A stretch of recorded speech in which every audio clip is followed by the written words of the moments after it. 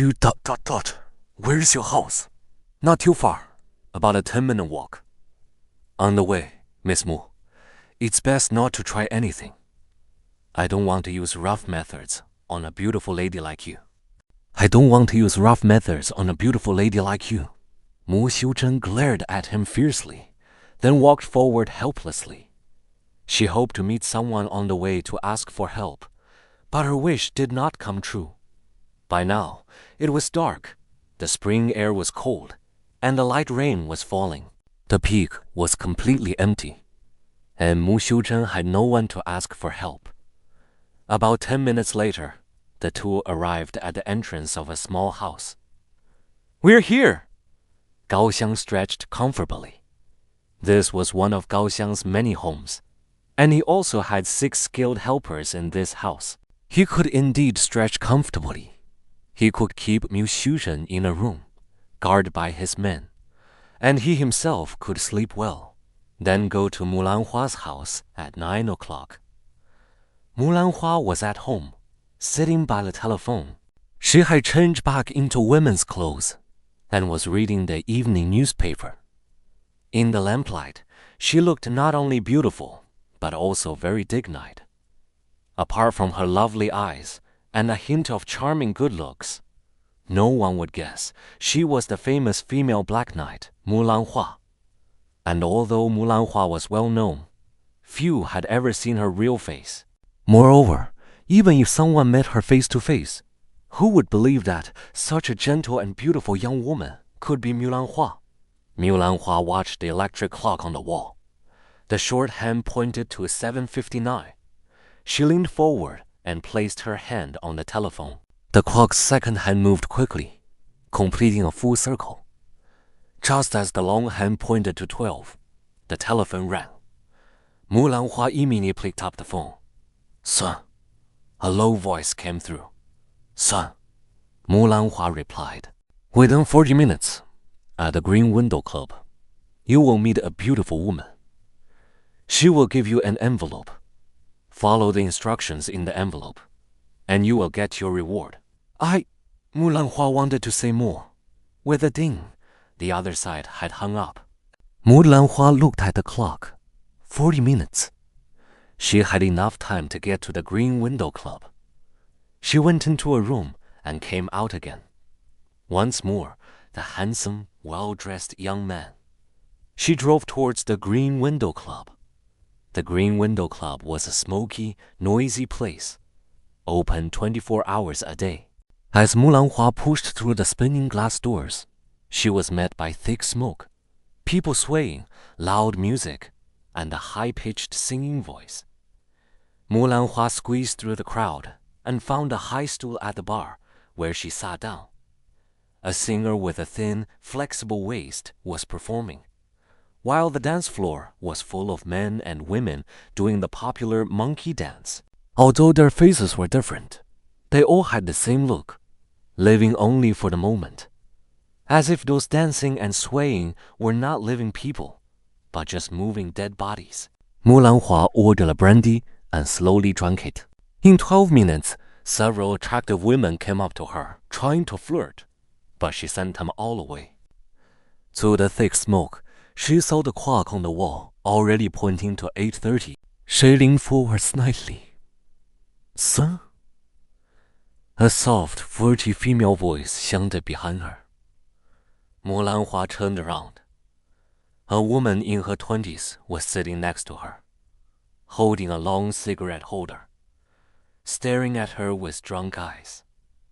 "Son," Mulanhua replied in a low voice. The woman tilted her head towards the dance floor and stood up. Mulanhua initially didn't want to go into that smoky, messy crowd, but to get more information, she immediately followed, swaying, dancing, and squeezing through with the woman. 5 minutes later, the lights suddenly dimmed. In the darkness, a series of loud, rude screams started. Mulanhua felt a swag in her hand as something was given to her. Mulanhua quickly held it tight. It was an envelope.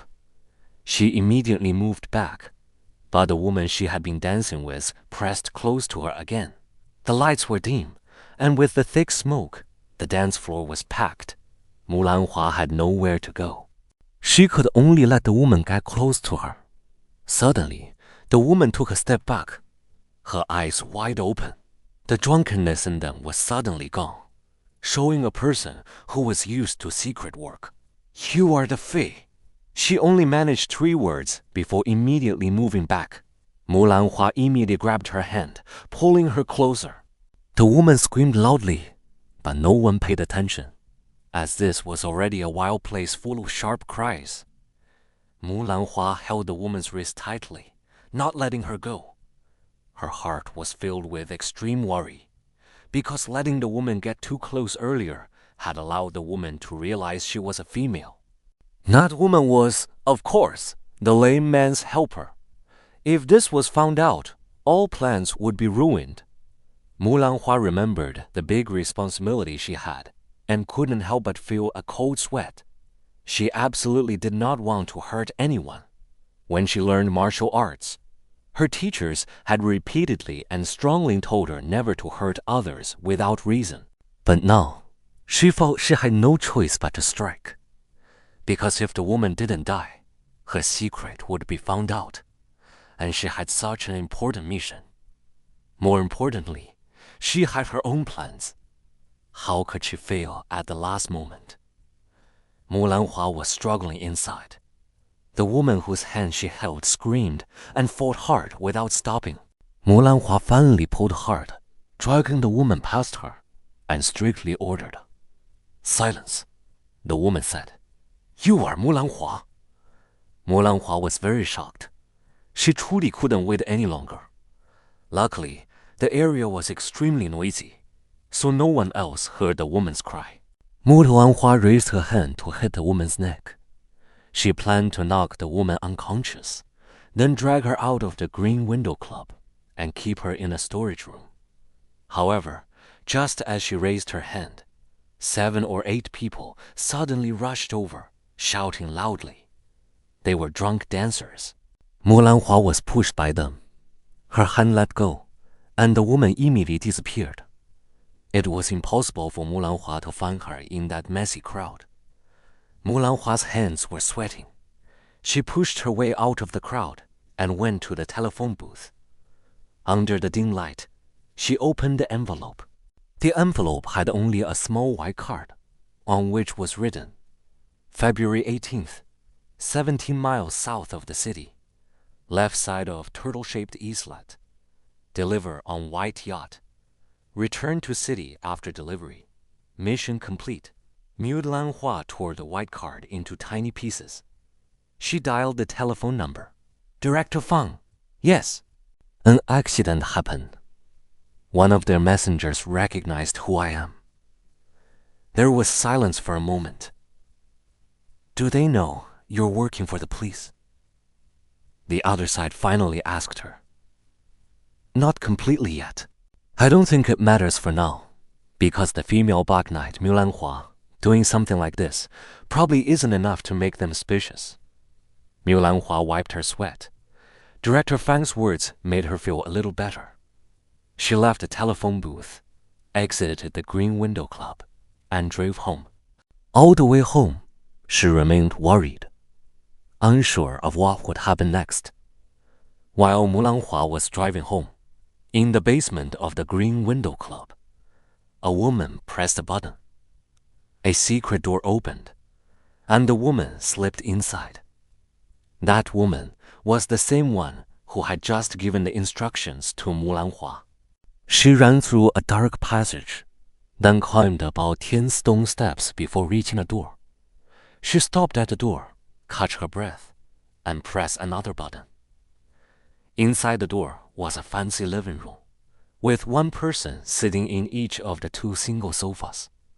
One was the lame man, the other was He Tianxing. A bell rang in the room. He Tianxing leaned forward and, with a snap, turned on the 2 televisions in front of him. ... The woman's worried face immediately appeared on the TV screens. He Tianxing pressed another button, and the door slowly slid open. The woman slipped inside. Brother, he... ... That person... ... was... ... She was too out of breath and upset to speak. We already knew, He Tianxiong said, his face blank and showing no feelings. She is the female Black Knight, Mulan Hua. The woman paused, surprised, and said, then ... then ... He Tianxiong waved his hand and commanded, Get out! The woman had no choice but to leave. The lame man and He Tianxiong looked at each other and laughed heartily. He Tianxiong slapped his leg and stood up. We can finish the mission safely now. This is all thanks to your brilliant plan. Everyone has been fooled by us. Odd. At least no one knows that I'm not dead. The lame man patted his shoulder. Once this mission is complete, your bank account will grow much bigger. Same to you. Same to you. The two men shook hands tightly. Suddenly, the lame man's face changed greatly, and his body swayed. He Tianxiong still held his hand tightly. The lame man's eyes bulged out more and more, his face turning blue. He Tianxiong moved his hand, and the lame man's body fell to the ground with a thump. He Tianxiong laughed evilly, raising his hand. A half-inch-long sharp spike came out from the ring on his middle finger. On the lame man's hand, there was a black dot. A needle with the strongest poison had poked the lame man's hand. And within half a minute, the lame man was dead. My apologies. He Tianxiong looked coldly at the lame man's body. I want a double portion. You can never have too much money. His evil laughter echoed again. Mulan Hua's car stopped at her house. She got out and walked towards the iron gate. Suddenly, a figure quickly appeared by the gate. Mulan Hua quickly turned around. The person came up to her and bowed very politely. Mulan Hua quickly stepped back. The person stood up straight with a friendly smile. Although Mulan Hua also smiled, it didn't look very happy. The person was Gao Xiang. In the few seconds after Mulan Hua saw Gao Xiang, many thoughts raced through her mind. How did Gao Xiang get here? What happened to Xiu Zhen? How should she handle him? Mulan Hua stepped back 2 steps. Before she could decide what to do, Gao Xiang spoke in a very polite way.